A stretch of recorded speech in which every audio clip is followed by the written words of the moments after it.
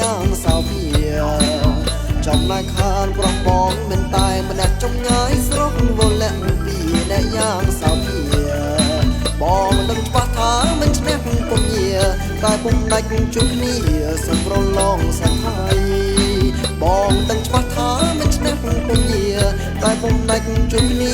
សម្ប្រឡងសថៃ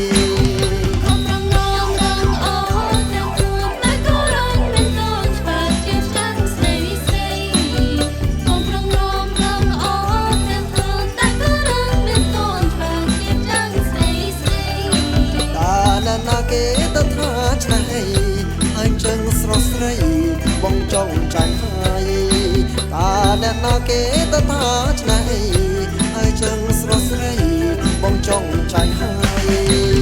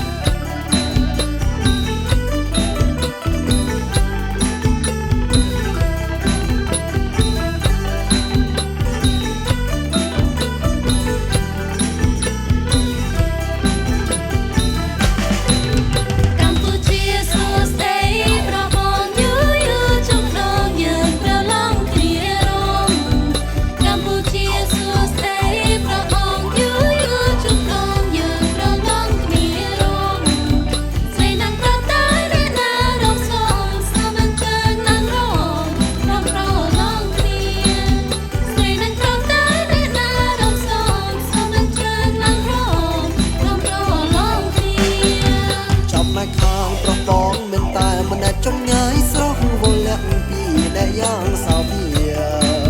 ចំណែកខានប្របងមិនតែម្នាក់ចំងាយស្រស់វលៈពីអ្នកយ៉ាងសោភាបងដឹងច្បាស់ថាមិនឈ្នះពុំញាតែពុំដាច់ជួបគ្នាសម្រឡងសថៃបងដឹងច្បាស់ថាមិនឈ្នះពុំញាតែពុំដាច់ជួបគ្នាសម្រឡងសថៃ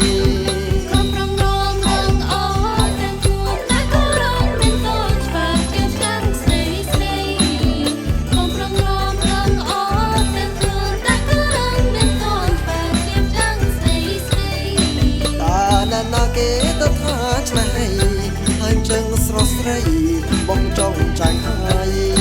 តាអ្នកណាគេទៅថាឆ្នៃហើយចឹងស្រស់ស្រីបងចង់ចាញ់